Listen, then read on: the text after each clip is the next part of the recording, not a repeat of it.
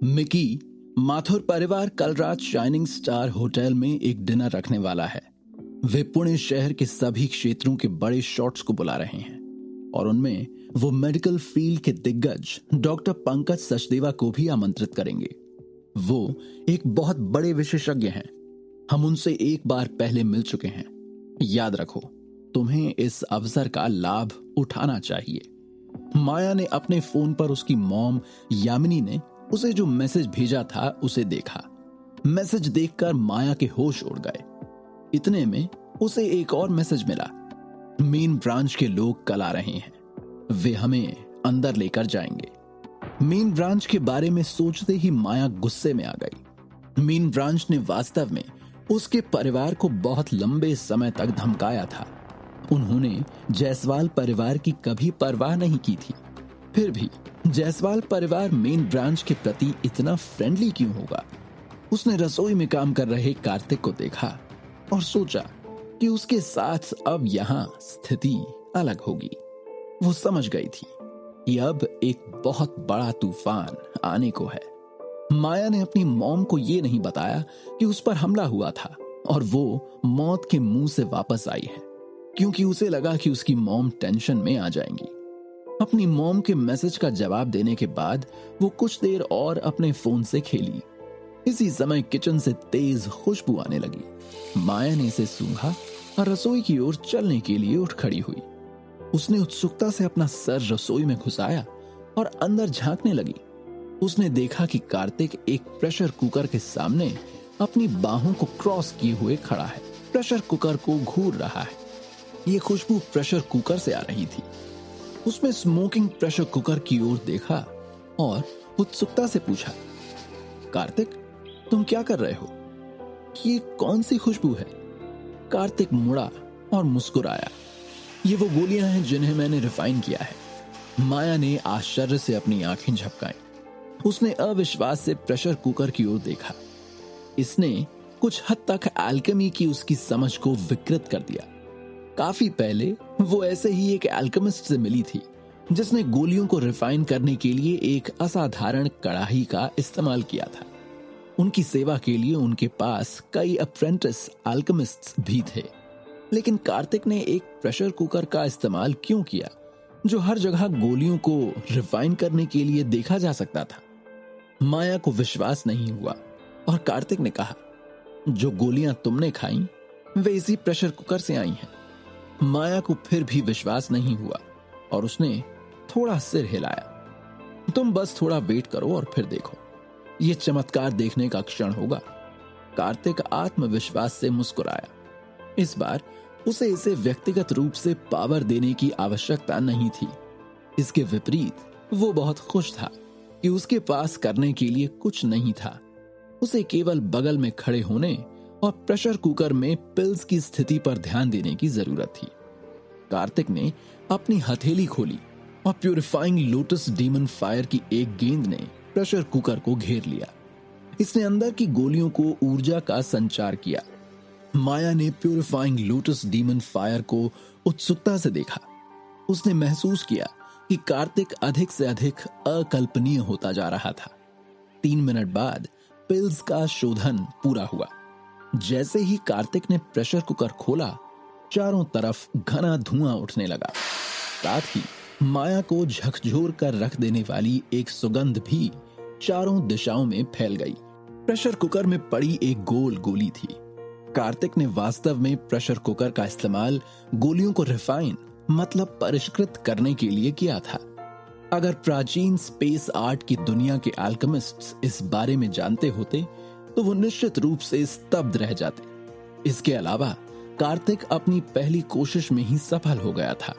मनगढ़ंत तरीके से कोशिश करके गोलियों को बनाने में विफलता का दर काफी ज्यादा था।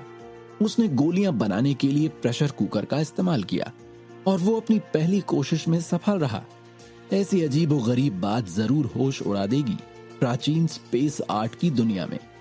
कार्तिक ने अपनी उंगली टेढ़ी कर ली।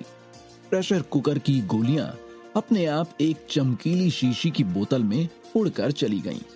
कार्तिक ने शीशी की बोतल को हिलाया, फिर उसे माया को दे दिया और कहा, तुम्हारे मेरिडियन ठीक होने के बाद इन गोलियों का सेवन करना है। इस तरह तुम्हारी ताकत ठीक हो सकती है। माया के हाथों ने शीशी की बोतल को कसकर गले लगा लिया और अपना सिर जोर से हिलाया। उसे विश्वास था कि कार्तिक उससे झूठ नहीं बोलेगा। उसके बाद कार्तिक ने एक प्रकार के औषधीय लिक्विड को रिफाइन किया और माया को दिया। कार्तिक ने उदासीन भाव से कहा, अगर किशोर जायसवाल तुम्हारे दादाजी नहीं होते तो मुझे उनके लिए दवा को रिफाइन करने की जहमत उठाने की कोई जरूरत नहीं थी। कार्तिक के अनिच्छुक तरीके को देखकर माया चिल्लाई। वो जानती थी कि निश्चित रूप से ऐसा कुछ नहीं है जिसे रातों रात किया जा सके ताकि कार्तिक के अपने परिवार के साथ अच्छे संबंध बन सके। थैंक यू कार्तिक, माया ने कहा। कार्तिक ने अपना हाथ लहराया और कहा, मुझे लगता है पहले तुम्हें वापस घर जाना चाहिए। माथुर परिवार कल एक पार्टी ऑर्गेनाइज करने वाला है। उन्होंने पुणे सिटी और इंपीरियल मेडिकल हैंड के उच्च वर्ग को आमंत्रित किया है। जायसवाल परिवार को भी निमंत्रण मिलना चाहिए था। माया ने सिर हिलाया। हाँ, मैं कल जाऊंगी। कार्तिक ने अपनी चीजों को व्यवस्थित करना शुरू कर दिया। माया की मेरिडियन ठीक होने के बाद उसकी ताकत को अभी भी बढ़ाने की जरूरत थी। उसे पहले से तैयारी करनी थी। किस्मत से उसकी डायमेंशनल रिंग में बहुत सी चीजें थी। माया ने देखा कि कार्तिक अन्य कामों में व्यस्त हो गया था। उसने सोचा कि वो कल्टीवेशन करना चाहता है। उसने कार्तिक को प्यार से देखा और फिर धीरे से मैंशन 1 से निकल गई। वो मार्वल गार्डन के दरवाजे पर चली गई। जब पहरेदारों ने माया को देखा तो उन्होंने उसे सम्मानपूर्वक ग्रीट किया। उन्हें ऐसा करना ही था। इसके अलावा उनके पास कोई चारा नहीं था। उनके लिए माया वो थी जो हवेली नंबर 1 में रहने का खर्च उठा सकती थी। माया अंदर ही अंदर खुश हुई। कार्तिक की वजह से मार्वल गार्डन के गार्ड उसके प्रति बहुत सम्मानजनक थे। वो अभी कुछ ही कदम चली थी कि उसने एक अधेड़ उम्र के व्यक्ति को देखा जिसने कार्तिक का मजाक उड़ाया था और उसके चेहरे पर मुस्कान थी। हालांकि वो कुछ कठिनाई से चल रहा था। उस घुटने टेकने से उसे बहुत दर्द हुआ था और उसका असर अब तक उसकी चाल में दिखाई दे रहा था। अब उस मध्यम आयु वर्ग के व्यक्ति का रवैया बेहद विनम्र था क्योंकि उसने माया से माफी मांगी। उसे उम्मीद थी कि कार्तिक उसे माफ कर सकता है। कार्तिक को उसे माफ करने के लिए वो यहां इंतजार कर रहा था। एक बड़े हॉट शॉट के सम्मान का उल्लंघन करने के परिणाम बहुत गंभीर थे। माया को अधेड़ उम्र के व्यक्ति की परवाह नहीं थी और वो बिना उस पर ध्यान दिए वहां से चली गई। मार्वल गार्डन से निकलकर माया ने अपने छोटे से विला के लिए टैक्सी ली। उसकी कार मार्वल गार्डन में रह गई थी और उसकी चाबी कार्तिक के पास थी। इसने उसे उसकी तलाश करने का एक कारण दिया। इतने में उसका फोन बजा।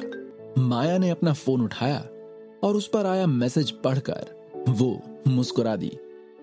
मिकी, तुम्हें केवल नरसिम्हा अस्त्र का आधा हिस्सा लेने की जरूरत है। मेरे द्वारा रिफाइन की गई गोलियों के साथ तुम मेरिडियन की रिकवरी में तेजी ला सकती हो, लेकिन याद रहे कि बहुत ज्यादा मात्रा में नहीं खाना है। कार्तिक का मैसेज पाकर माया का दिल खुश हो गया। वो पहले से ही जानती थी कि नीलामी में उसे नरसिम्हा अस्त्र देने वाला व्यक्ति कार्तिक ही था। मैं समझ गई, कल मिलते हैं। माया ने कार्तिक द्वारा सिखाए गए तरीके का अनुसरण किया और नरसिम्हा अस्त्र का आधा हिस्सा खा लिया। उसने महसूस किया कि उसके शरीर में एक गर्माहट बह रही है। ऐसा लग रहा था कि उसकी ब्लड लाइन पिघल रही है। माया ने कार्तिक के हाथों रिफाइन की गई गोलियों को बाहर निकालने के बाद उन्हें खाया और ऐसा करते ही उसके डैमेज्ड मेरिडियन एक भयानक गति से ठीक होने लगे। ट्रेंड के मुताबिक वो कुछ ही दिनों में पूरी तरह से ठीक हो गई। उस समय अगर उसने अपनी ताकत को ठीक करने के लिए गोलियां निगल लीं, तो माया आंतरिक शक्ति के दायरे में वापस आ सकेगी। रात में ही माया अपने प्रशिक्षण से जागी थी। उसने दोपहर से कुछ नहीं खाया था। वो थोड़ी भूखी थी। थोड़ा खाने के बाद उसने औषधीय लिक्विड लिया जिसे भी कार्तिक ने रिफाइन किया था और किशोर जायसवाल के विला में चली गई। किशोर जायसवाल के विला में पहुंचने के बाद उसने औषधीय लिक्विड निकाला और उसे अपने डैड को सौंप दिया। ये एक दवा है जो दादाजी की बीमारी का इलाज कर सकती है। पवन को माया ने जो दवा दी थी उसे लेने के बाद उसने सोच समझ कर कहा, मिकी, तुम्हें ये दवा कहां से मिली? कहीं ऐसा तो नहीं कि ये दवा तुम्हें किसी ठग ने दी हो? माया ने कहा, यह मुझे सन ऑफ नरसिम्हा ने दिया था। तुम उस महागुरु से पहले ही मिल चुकी हो? पवन ने आश्चर्य से माया की ओर देखा। माया ने सिर हिलाया। पवन ने ताली बजाई और खुशी से उछल पड़ा। इस तरह उसके परिवार और महागुरु का रिश्ता और भी स्थिर हो जाएगा। तो कैसी रही उसके साथ तुम्हारी मुलाकात? क्या बातें हुई? पवन ने अर्थपूर्ण ढंग से कहा। माया ने पवन को देखा और कहा, ठीक ही थी, हमने अच्छी बातचीत की। पवन ने सिर हिलाया और कहा, वो किस तरह का व्यक्ति है? माया ने अपनी भौहें ऊपर उठाई। वो बहुत यंग और बहुत हैंडसम है। पवन ने सिर हिलाया और उसका मुंह खुला हुआ था। सन ऑफ नरसिम्हा वास्तव में एक युवा प्रतिभा था। क्योंकि सन ऑफ नरसिम्हा अभी यंग था, शायद वो सन ऑफ नरसिम्हा और मिकी को एक साथ रहने दे सकता था। इस तरह उसका परिवार समृद्ध होगा। पवन ने खुशी खुशी अपने पिता किशोर जायसवाल को दवा खिलाई और तो और उसने माया को भविष्य में सन ऑफ नरसिम्हा के साथ और अधिक बातचीत बढ़ाने के लिए कहा। इतने में केतन वहां आया और जो हो रहा था वो देखकर उसने अपनी ठुड्डी को अपनी हथेली से रगड़ा। उसने चुपचाप माया को अपनी तरफ खींच लिया। मैं उससे मिली थी। और ये कहते हुए माया ने अपने लाल होठों को धीरे से काट लिया। क्या कह रही हो दीदी, आप सन ऑफ नरसिम्हा से मिले? माया ने सिर हिलाया और कहा, हाँ, मैं उससे मिली थी। और क्या तुम जानते हो कि मैंने किसे देखा? केतन की आंखें शौक में लग रही थीं। उसने कहा, किसे देखा? माया ने धीरे से उसके पास आते हुए फुसफुसाते हुए कहा, क्या तुम्हें पहले से पता नहीं था? माया के क्वेश्चनेबल लहजे ने केतन को थोड़ा अजीब महसूस कराया। दीदी, आप भी तो पहले से ही जानती हैं।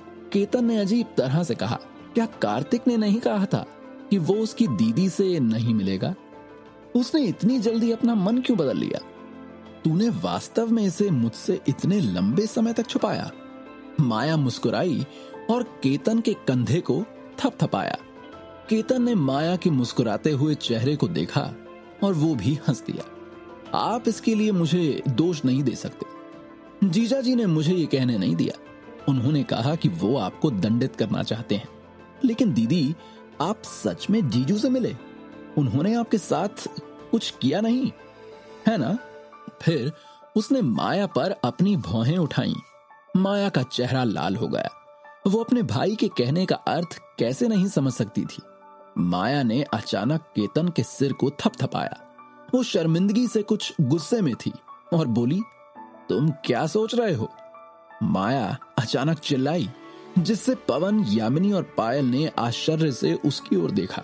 माया जानती थी कि वो अपना आपा खो बैठी है और उसने अपना गला साफ किया और कहा, बकवास मत करो। केतन अपने दिल में बहुत खुश था।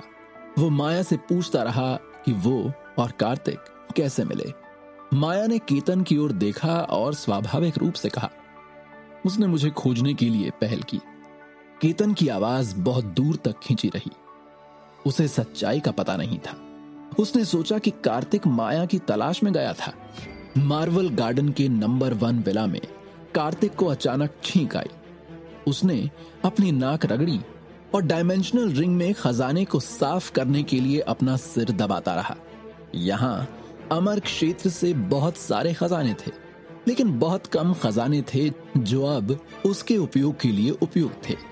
माया ने केतन को यह नहीं बताया कि शशांक बब्बर उसका अपहरण करने की कोशिश कर रहा था, जिसमें गुरु जयदेव उसका साथ दे रहा था, क्योंकि वो नहीं चाहती थी कि वो चिंता करे और वो भी अपना आत्मसम्मान बचाना चाहती थी।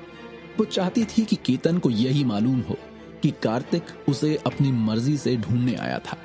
इसके अलावा कार्तिक ही था जो उसे अपनी मर्जी से खोजने आया था। ना उसने उसे बुलाया था, ना ही उसने उसे कांटेक्ट करने की कोशिश की थी। क्या माया का ये झूठ कार्तिक और उसके रिश्ते में गलतफहमी पैदा कर देगा?